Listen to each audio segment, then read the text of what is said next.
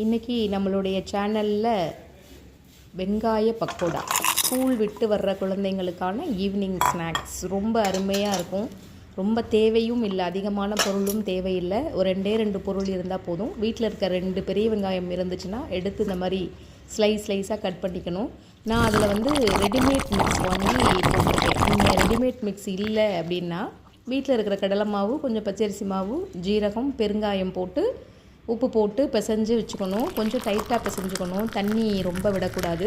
அதுக்கப்புறம் நான் எண்ணெயை காய வச்சு இந்த மிக்ஸை நான் போட்டு இந்த மாதிரி போட்டோன்னா கையை உதிரியாக போட்டோன்னு சொன்னால் அருமையாக வரும்.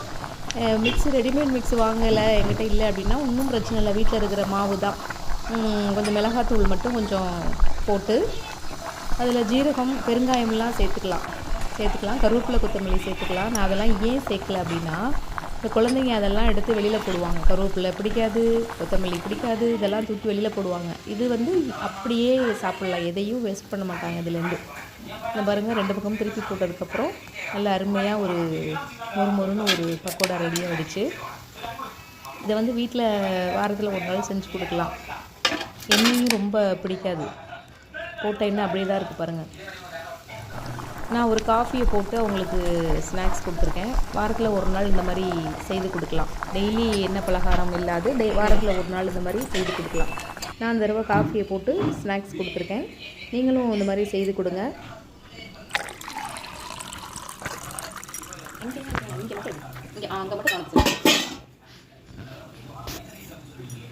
இது மாதிரி வாழைக்காயில் செய்யலாம், கத்தரிக்காயில் செய்யலாம்,